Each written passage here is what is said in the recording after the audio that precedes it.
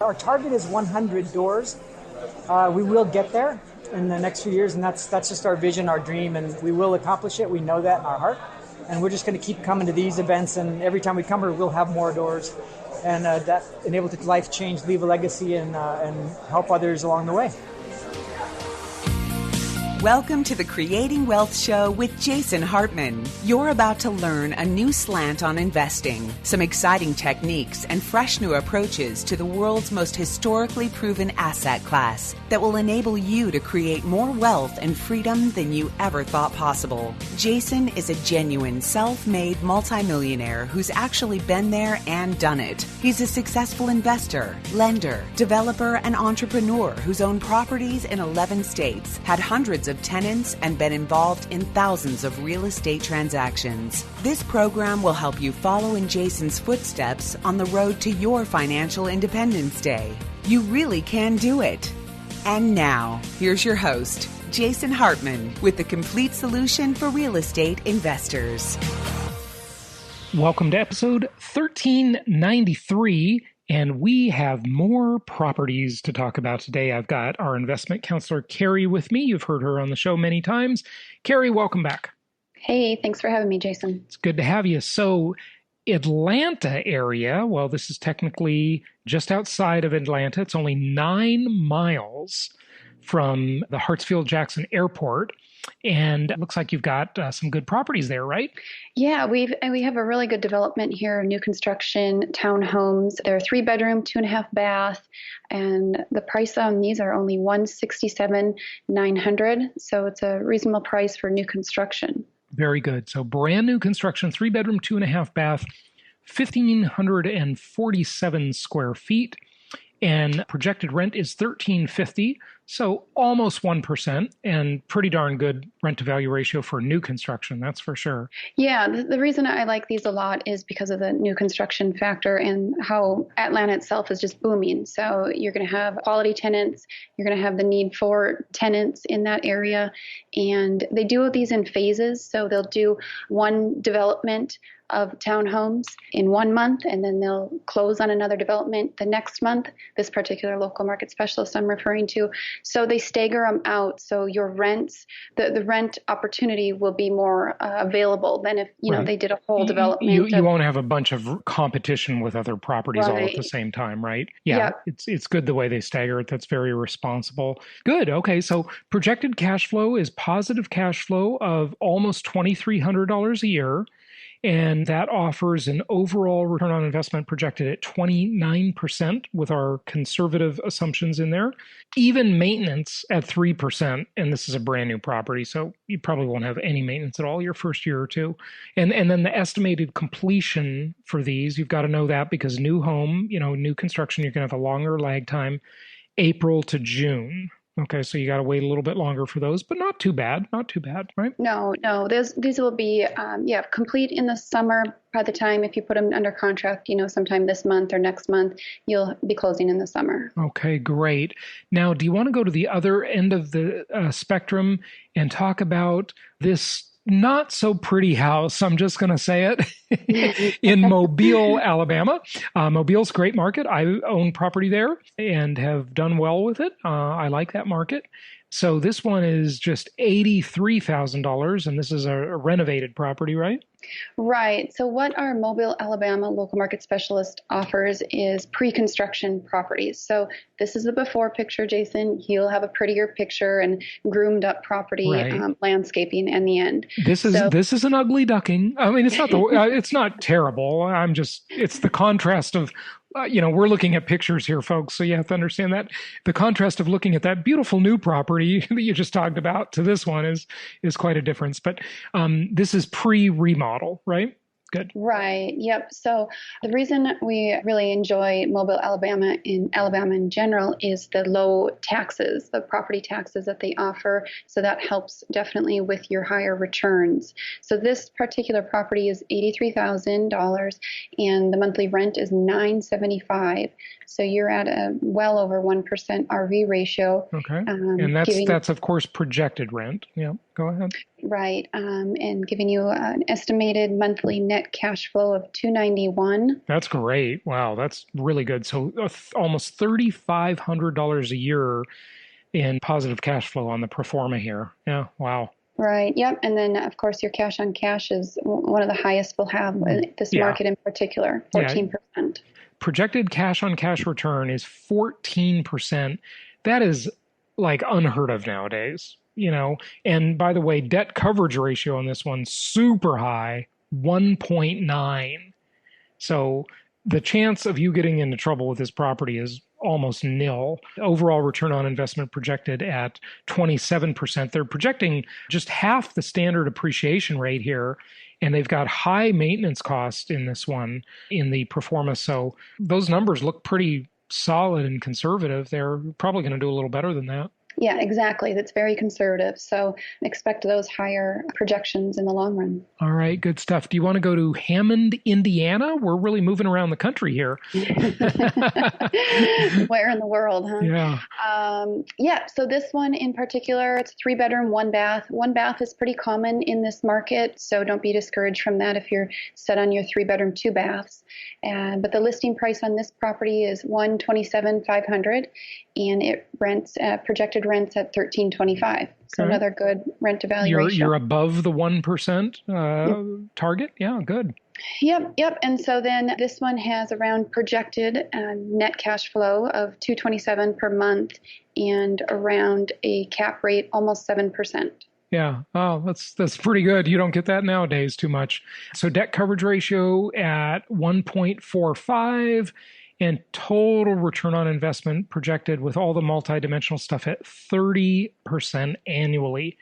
As I always say, if it only works out half as well as projected and you make a 15% return, you should be as happy as a clam. And clams, they're always smiling, so they got to be happy, right? Okay. Carrie, do you want to just quickly mention before you go your little mini property tour? It's right around the corner. It's this weekend. Tell us about that. From time to time, folks, our investment counselors will conduct a little mini property tour that they'll just meet some clients in a market and tour properties with them. And then also we can arrange individual meetings with you and appointments in any of our markets with our local market specialist if you want to go out there individually. But this is a small group, and if someone wants to reach out to you, there might be a space left for them or a couple spaces. Tell us more about it. Yeah, so we are going to travel to the Northeast to York, Pennsylvania, and we will get on a bus with our local market specialists, their property management team, and tour before, during, and after construction homes. There'll be properties available for the investors on the tour, and it's tight with inventory these days, so getting on a tour kind of gives you a first in line opportunity at properties. Right, which interestingly probably is why you didn't talk about any properties in York today, because you're saving them up for the tour, I'm guessing. That's right, Jason. Yeah, okay, so no, we're not going to hear about any specific properties today. No. Okay, no, good. No. Yeah, good so it's a nice market. It'll be great to actually get into these remodeled homes because, as you've seen on the properties page, they have really cute remodels. They do a really solid job, and just a different market, a different opportunity than your traditional Memphis, Jacksonville. So it'll be interesting to see. Right. Good stuff. All right, Carrie. Well, thanks for joining us, and we will talk to you real soon with some more properties. Thanks, Jason. Okay, let's talk about a few things today for the second half of the show. First off, I want to say congratulations to one of our clients who has become the latest empowered investor, and that is our client, Bruce. Here are a couple of things he had to say about becoming a self-manager, taking the hybrid approach. Now, I have taught you about the hybrid approach over the years, where you're not completely self-managing.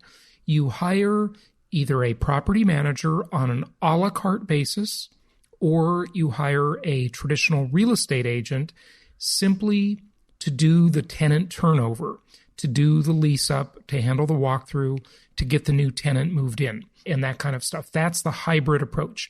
You can either do this through a property manager without them actually managing the property on a month-to-month basis. They simply would do the lease up, the tenant turn for you. Or you can have a real estate agent do that. So here, congratulations, Bruce. Here are a couple of quick things that he said. Hey, Jason, quick update. Just want to let you know that I made the transition and let my property manager go for my property, talk to all the tenants and set up a new Gmail address and sign it all up through Cozy. Cozy seems like it's going to work out pretty well. All the tenants had said, hey, email me with all your requests and what you'd like done and this and that. So I'm currently kind of chipping away on all that. And so far, so good. But just wanted to give you an update saying I appreciate all the advice. I'm definitely heading with the hybrid approach until it gets too much for me to handle. So thanks for everything. Talk to you soon. Yeah, Jason, of course, you can definitely play it on the podcast. Just to kind of go into it a little bit more, I just got sick of all the back and forth between the property manager and myself and what was going on. And I wrote all the tenants a letter to the units and I sent it out to them and they responded back to me. So I called them and talked to them all, asked them if they'd signed an addendum and go with me and let me manage the property and kind of cut out the middleman. And they sounded delighted. They were like, we would love to deal directly with you. I said, hey, look, I own the property. I'm going to treat you guys as my customer, and I'd love to keep you there. So let me know what I need to do to make you happy, and I'll start working on it. So I started looking into Cozy and Tenant Cloud, but I think Cozy is free both ways if you're paying through checking accounts. So I signed up for that and created a new Gmail address so that they can contact me directly through that. And seems to be going pretty smooth so far. So we'll see. Thanks for everything, Jason. Appreciate it. Okay, so what he's referring to there is he was dissatisfied with, I think, a couple of his property managers. Maybe it's just one, I can't recall, and is now dealing directly with the tenants. And again, through our network, you can go either way. You can use property managers. We have some great ones. I always say I like to let circumstances decide. I do both. I have some great property managers that I really like, and they manage my properties for me. And if they ever have a bump in the road and they become bad, I just decide that they're not doing a good job, then I will try self-managing the property. The properties I've got self-managed, they're easy. It's really so easy to do this. It is not some big mysterious thing. And we're here to help you with it every step of the way. So congratulations to Bruce for becoming a self-manager and now getting that middleman out of the way and dealing directly with the tenants. I bet what you'll see happening is the tenants, like he said, they were delighted because they're probably getting crappy service from the property manager, and he can now improve his properties, make them appreciate better, just be more engaged. And this becomes second nature after you've done it before. So it is really not difficult. If you are interested in self-management, go to jasonhartman.com, type in self-management on the search bar, and look for all the episodes on that topic and listen to those specific episodes so we can help you more with that. Okay, we talk a lot about the three basic economic maladies: inflation, deflation, and stagnation on this show. And I came across something interesting, a piece of nostalgia from, well, not from my childhood, but from somebody's childhood. I'm not old enough to have been a kid at this time. But it was the ticket prices for Disneyland back in 1964. So I was yet unborn, and it's very interesting to see, and that's why I love to watch old movies and old TV shows and listen to old music and read old books, because there's a lot to learn from the past. Those who do not learn from history are doomed to repeat it. So here's the problem with this Disneyland thing. Using this as a barometer for inflation is not the greatest. The reason is, of course, Disneyland has changed, right? It's been upgraded. There are many more attractions now than there were in 1964. it's not the same experience. But I'll venture to say that probably in 1964, you hardly ever waited in line. And now those lines are really, really long. So maybe it was a better experience back then. I'm not sure. But here's one thing that hasn't changed and gives us a very, very good barometer for inflation. This is a litmus test that is really, really good to know what has taken place in the economy. And it is parking. Parking, yes. Our friend Nathan pointed this out in our Facebook content group.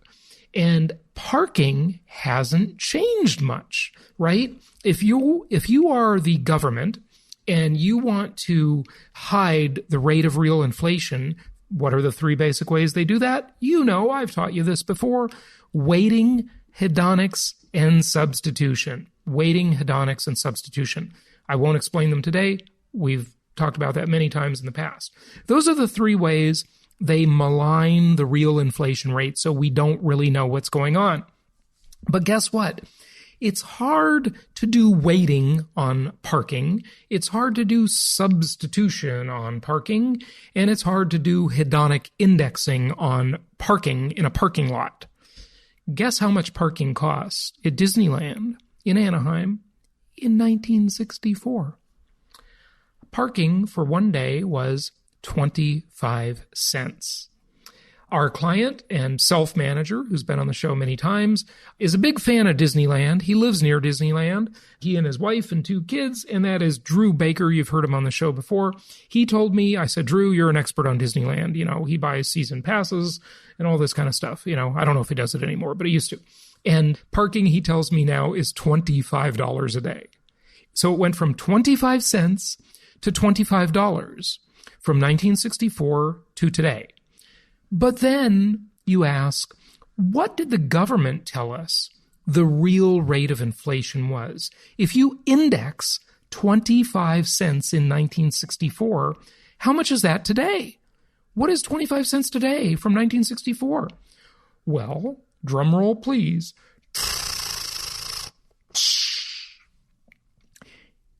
You ready for this? It's $2.08.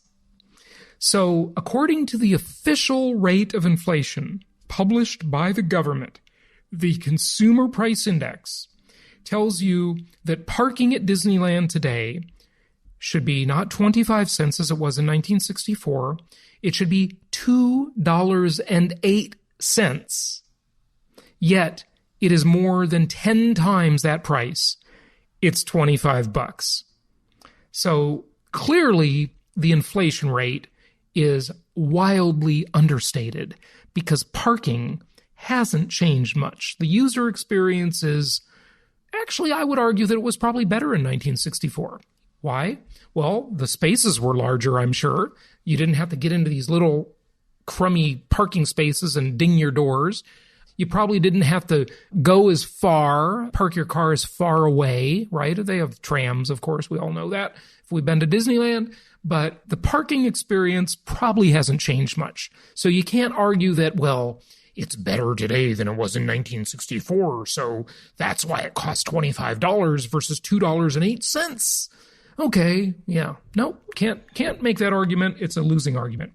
Hey, I want to share with you, speaking of the old times, something from the 70s. And this is a very short sound clip from CBS News of Jimmy Carter's infamous, they say famous, Malaise speech. Remember, the Carter era was typified by Malthusian thinking, right? That resources were scarce. We have peak oil. Don't heat your house. Don't cool your house. Wear a sweater. Go naked. Whatever it takes to be comfortable. Okay, if it's too hot or too cold.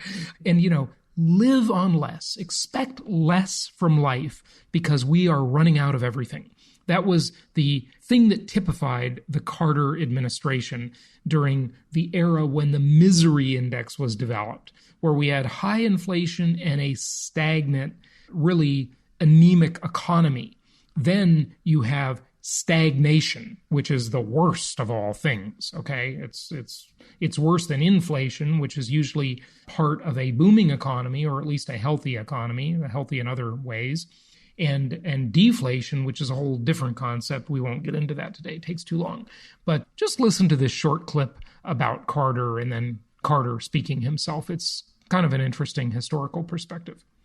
32 years ago today that Jimmy Carter gave his famous Malaise speech. He never used that term, but that's the name that was given to a speech in which the president said the country's economic woes were due in part to a crisis of confidence in the country.